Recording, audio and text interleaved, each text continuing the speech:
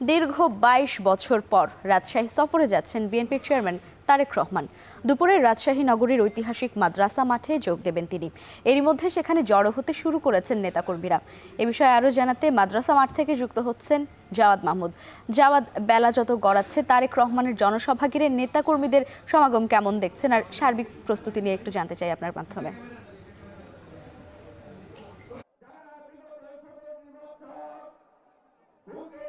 লাইভের আগের সংবাদগুলোতে আমরা জানানোর চেষ্টা করছিলাম তারেক রহমানের রাজশাহী মাদ্রাসা মাঠে সমাবেশকে ঘিরে নেতাকর্মীরা ধীরে ধীরে আসতে শুরু করছিলেন, কিন্তু বেলা গড়ানোর সাথে সাথে আপনি ঠিকই বলছিলেন যে বেলা গড়ানোর সাথে সাথে আমরা দেখছি নেতাকর্মীদের ঢল এখানে বাড়তে শুরু করেছে। আজকে মূলত রাজশাহী জেলা, রাজশাহী মহানগর, নাটোর এবং চাঁপাইনবাবগঞ্জ অর্থাৎ এই 4টি ইউনিটের নেতাকর্মীরা এবং তাদের সমর্থকরা এখানে আসবেন এবং এই নেতাকর্মীরা মনে করছেন প্রায় 5 লক্ষাধিক নেতাকর্মী তারা এখানে সমাগম করার একটি চেষ্টা বা প্রচেষ্টা তাদের মধ্যে আছে, এখানে আয়োজকরা সেটি বলছিলেন। এবং আপনি জানেন যে তারেক রহমান 12টার সময়, যদিও ঘড়ির কাঁটা এখন 12টা 2 বাজে, অর্থাৎ কিছুক্ষণের মধ্যেই রাজশাহী বিমানবন্দরে তিনি অবতরণ করবেন এবং এই অবতরণ করার পরে যেটি হচ্ছে তিনি এখানের হযরত শাহ মখদুম রাদিয়াল্লাহু তাআলার মাজার তিনি জিয়ারত করবেন, এরপরে এই সমাবেশস্থলে আসবেন। ইতিমধ্যে এই সমাবেশস্থলে সকল প্রস্তুতি সম্পন্ন হয়েছে এবং এর আগেও আমরা জানানোর চেষ্টা করছিলাম যে এই সমাবেশ ঘিরে সকল ধরনের নিরাপত্তা নিশ্চিত করা হয়েছে। এখানে ডগ স্কোয়াড দিয়ে নিরাপত্তা নিশ্চিত সহ ড্রোনের মাধ্যমেও এখানে যাচাই বাছাই করা হয়েছে কোনো ধরনের নিরাপত্তা আসছে কিনা।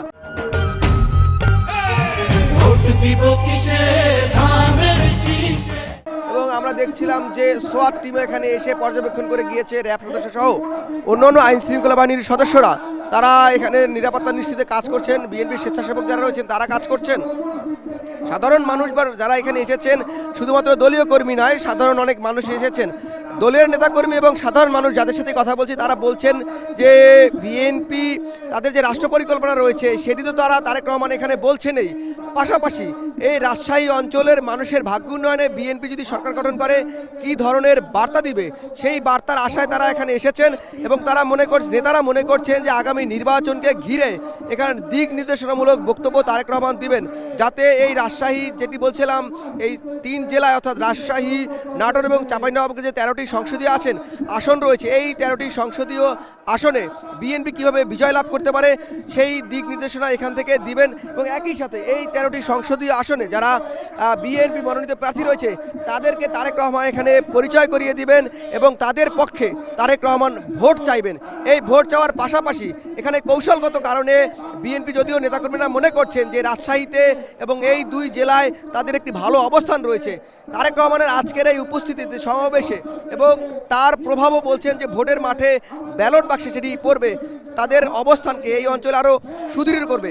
পাশাপাশি এর আগেও জানানোর চেষ্টা করছিলাম এখানকার মানুষের প্রত্যাশা আছে, যারা বিএনপি নেতাকর্মী আছে তাদের একটি প্রত্যাশা আছে যে বিএনপি যদি সরকার গঠন করে তাহলে তারেক রহমানের কাছে তারা রাজশাহীতে একটি কৃষি বিশ্ববিদ্যালয় তারা দাবি করবেন, আর তারেক রহমানও তাদের হয়তোবা সেই প্রতিশ্রুতি দিবেন বলে তারা মনে করছেন বা বিশ্বাস করতে চাইছেন, যেহেতু এই অঞ্চলে একটি কৃষি নির্ভর এলাকা। এর পাশাপাশি রাজশাহী কিন্তু শিক্ষার নগরী বলা হয়, যদিও এখানে শিক্ষিতর হার উল্লেখযোগ্য সংখ্যক হারে, কিন্তু এখানে বেকার সমস্যা একটি রয়েছে এবং এই বেকার সমস্যার জায়গা থেকে যে বিষয়টি রয়েছে যে তারেক রহমান এখানে শিল্পাঞ্চল গড়ে তুলবেন সেই প্রত্যাশা এখানে করছেন। পাশাপাশি দেখা যাক যেহেতু 2টার সময় তারেক রহমানের বক্তব্য এখানে দেওয়ার কথা রয়েছে, তিনি কি দিক নির্দেশনামূলক বক্তব্য দেন সেই বক্তব্যের অপেক্ষায় এখানকার নেতাকর্মীরা এখন রয়েছেন। এই ছিল এখন পর্যন্ত রাজশাহীর মাদ্রাসা মাঠ থেকে তারেক রহমানের জনসভার সবশেষ লাইভা। দীর্ঘ 22 বছর পর রাজশাহী সফরে যাচ্ছেন বিএনপি চেয়ারম্যান তারেক রহমান, আর তারই খবর জানছিলাম জাওয়াদ মাহমুদের মাধ্যমে।